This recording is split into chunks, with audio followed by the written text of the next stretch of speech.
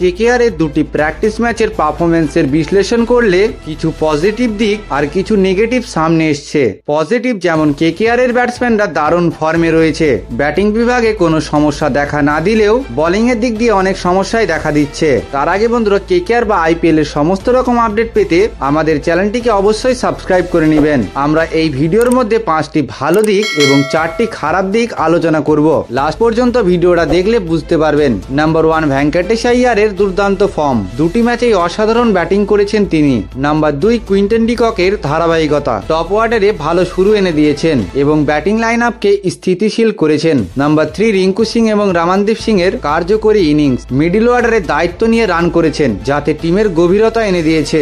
Number 4, André রাসেলের ভয়ঙ্কর রূপ, পুরনো ছন্দে ফিরে বিধ্বংসী ব্যাটিং করেছেন এবং বোলারদের উপর চাপ সৃষ্টি করেছে। নাম্বার 5, মায়াঙ্ক মার্কান্ডের স্পিন দক্ষতা, মাঝের ওভারে উইকেট তুলে নিয়ে টিমের গুরুত্বপূর্ণ ভূমিকা পালন করেছে। এবার 4টি খারাপ দিক দেখে নেব।